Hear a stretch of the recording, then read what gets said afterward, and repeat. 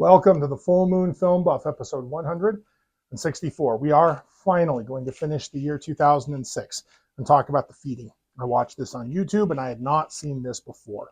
As always, we start with the prominent crew and cast. You can also find links to a more complete credit list in the show notes. The film was written and directed by Paul Moore. Paul Moore is known for three main films: Requiem, Paper Wasps, and The Feeding. The cast includes Robert Pralgo as Jack Driscoll, Dayan J. Updike as Amy Johnston, Ben Green as Phil, Courtney Hogan as Reagan, Cara Maria Amadon as Cynthia, Andrew Porter as Alan, Rod Shepard as Ty, Lynilly James as Ellie, Jennifer Lee as Elizabeth, Barry Ellenberger as Ranger Number 1 / the Werewolf, and Hector Stockton as the Dying Werewolf. Robert Pralgo is best known for his television work, including two shows that will be covered in some manner as part of this project: The Vampire Diaries and Teen Wolf. Early in his career, he appeared in episodes of Baywatch Nights and Matlock. Recently, he was on Loki. In film, Pralgo is best known probably for Furious 7, The Joneses, Black Widow, Avengers, Infinity War, and Endgame. Courtney Hogan appeared in Blood Ties, The Mandela Maker, Kerberos, and Star Trek First Frontier. Barry Ellenberger worked in the entertainment industry as both an actor and production technician. His most prominent projects were as a rigging electrician on Night at the Museum, Battle of the Smithsonian, and John Adams. Hector Stockton also worked much more frequently in the electrical department on films like Transformers: Revenge of the Fallen, X-Men: First Class, The Hunger Games: Catching Fire, Cell, and Red Notice. Rod Shepard has two other film appearances in Chicks 101 and Keepsake. Jennifer Lee also appeared in Dark Harvest and the short CSI Snack Bar. This film is Dayan Updike, Ben Green, Cara Maria Amadon, Andrew Porter, and Lynilly James' only acting credit. This isn't the worst low-budget werewolf flick, not by a long shot, but it does not quite reach the level where I would recommend it. However, if you're looking for a straightforward werewolf flick with an Appalachian setting, you could do worse. It's a low-budget indie horror that follows familiar werewolf movie beats, so don't expect groundbreaking cinema, but it delivers the lycanthrope goods for hardcore fans. As a tidbit, and I couldn't verify the story, but apparently after the film wrapped, none of the production vehicles had enough room to transport the werewolf that was built for the film, so the actor who played the werewolf buckled the unit into the passenger seat of his convertible, putting the top down to make room for the huge head, which peered over the windshield. This setup generated many interesting reactions from passing motorists on the trip back to Richmond. So let's cover the synopsis. The credits let us know that hikers have been dying in the forests of the Appalachian Mountains. Two deer hunters are attacked and killed by something even after they pump it full of buckshot. U.S. Forest Service Special Agent Jack Driscoll shows up to figure out what's going on. The beast has claws like a mountain lion, bites like a wolf, and tracks like a bear. In the meantime, the mountain is quarantined, and the Forest Service will be getting people to safety. Jack thinks this is an animal that's lost its mind. Ranger Amy Johnston is thinking cryptid. Meanwhile, 7 friends set out to hike the Appalachian Trail at the worst possible time. A ranger finds the hunters' bodies, pukes, and is killed by the beast in broad daylight. Jack, Amy, and the hikers hear howling in the night. Amy is an awful shot. The hikers go skinny dipping in the morning. The beast finds the 7 hikers and stalks them. Jack and Amy set up a hunting blind to tranquilize the beast. They flirt awkwardly. Amy thinks Jack has a theory about what they are hunting. He has had experiences in Washington and Arizona with something very similar. The beast kills the game animals in the area until they run dry, and then it kills humans until the park rangers bag a big predator, and then the killings stop. Jack thinks he's trailing something more intelligent than an animal that knows when to move on. The beast attacks the hikers, and we get our first look at the werewolf. Phil and Elle are brutally killed. Jack and Amy show up and drive it off with gunfire. Jack hits it with a tranq dart. He sets off to track it down while Amy works to help the surviving hikers off the mountain. The werewolf ends up setting a trap for Jack and kills him, but not before he knifes it through the jaws. Reagan doesn't handle Phil's death well and starts acting stupid. The werewolf is a master predator and picks off Cynthia. Amy accidentally shoots Alan with a dart, knocking him out. Everyone runs wildly, separating and getting lost, making them easy pickings.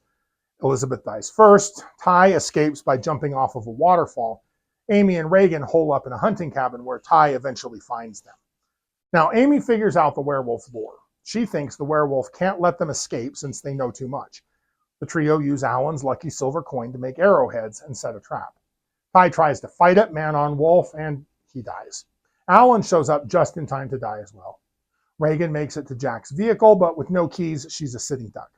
Amy has the keys, but continues to be the worst shot ever. Luckily, Reagan is a good shot. The werewolf dies, partially transforming back into a man, one we've never seen before. Amy and Reagan decide not to tell anyone and leave the body for scavengers to deal with.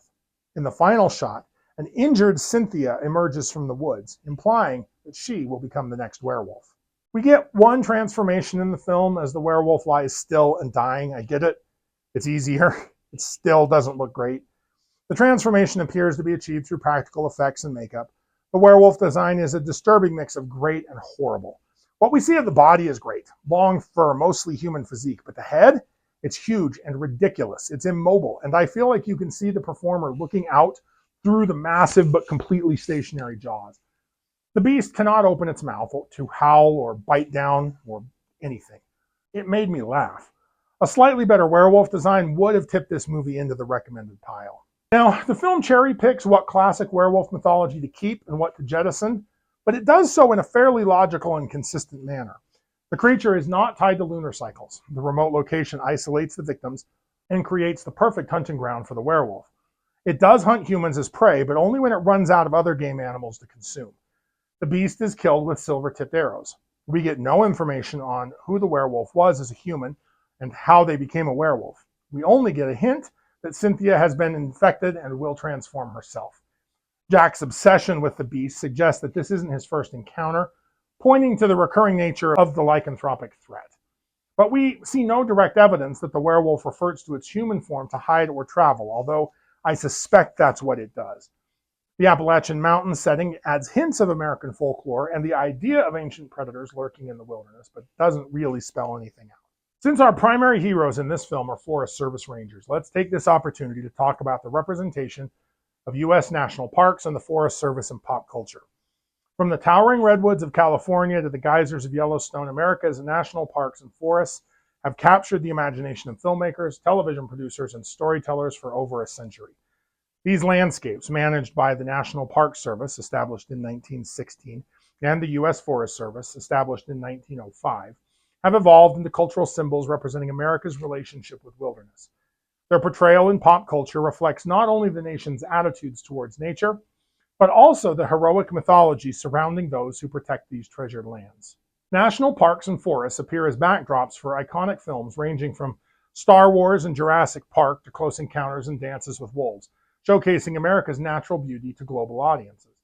Movie directors appreciate these lands because of their underdeveloped character, as man-made infrastructure like electric wires don't have to be edited out as much.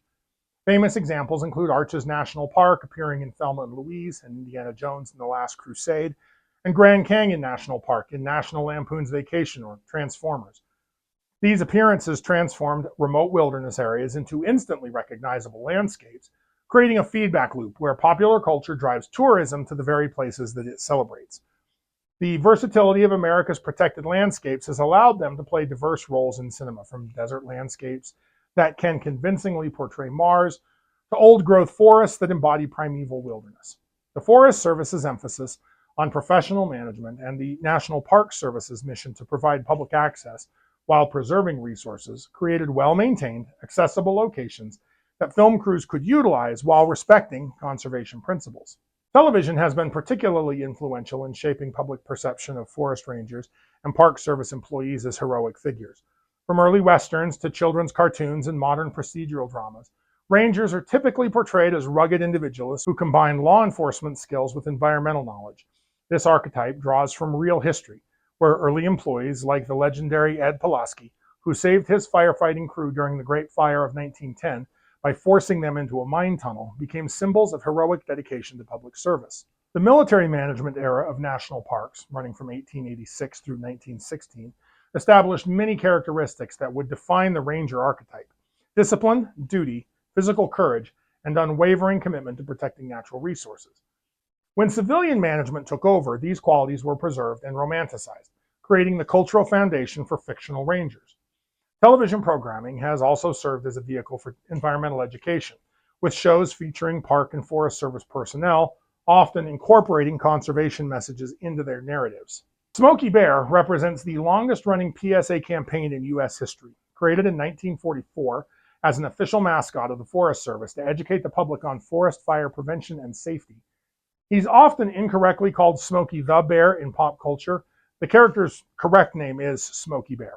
And his slogan evolved from the original Smokey Says, "Care will prevent 9 out of 10 forest fires," to the modernly iconic "Only you can prevent wildfires" in 2001. When I was a lad, I took that motto too personally, somehow inferring that I had some personal responsibility for every fire anywhere. The living symbol of Smokey Bear was a real American black bear cub found after the 1950 Capitan Gap fire in New Mexico, who had climbed a tree to escape the blaze. This real-life origin story added authenticity to the character and helped establish an emotional connection between the public and forest protection efforts. The Smokey Bear Show, produced by Rankin and Bass, which ran from 1969 to 1971, expanded the character beyond public service announcements, showing Smokey's life in the forest with animal neighbors. However, Smokey Bear has become entangled in debates over forest management policy. The decades-long approach of aggressive fire suppression, exemplified by Smokey's campaigns, aligned with the Forest Service's stance following the Great Fire of 1910. But modern science recognizes fire's natural and critical role in forest ecosystems. This has led to discussions about whether the specific forest management practices associated with Smokey's era, complete with the suppression of all fires, may have inadvertently contributed to the conditions increasing the severity of contemporary wildfires. The debate focuses on refining management strategy rather than abandoning fire safety education entirely. Recent productions like Netflix's Untamed have brought fresh perspectives to wilderness management narratives. The series showcases modern wildlife conservationists and park personnel dealing with contemporary challenges, from climate change impacts to human-wildlife conflicts. Unlike traditional ranger portrayals that emphasize solitary heroics, Untamed highlights collaborative approaches, scientific research, and the complex ethical decisions facing today's conservation professionals. The show reflects how popular culture is evolving to address current environmental realities while maintaining the inspirational aspects of wildlife protection work.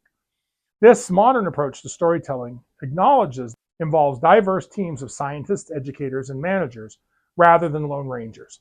The series also explores how technology and data-driven approaches have transformed park and forest management, showing audiences that today's conservation heroics often work with GPS collars, genetic sampling, and ecological modeling alongside traditional fieldwork skills. Documentary filmmaking has shaped public understanding of both agencies. Ken Burns' landmark series, The National Parks: America's Best Idea, in 2009, crystallized the romantic narrative of parks as embodying democratic ideals and American exceptionalism. The documentary tradition has been particularly effective at communicating the agency's evolution from progressive-era efficiency movements and sustainable resource extraction to modern ecosystem management approaches.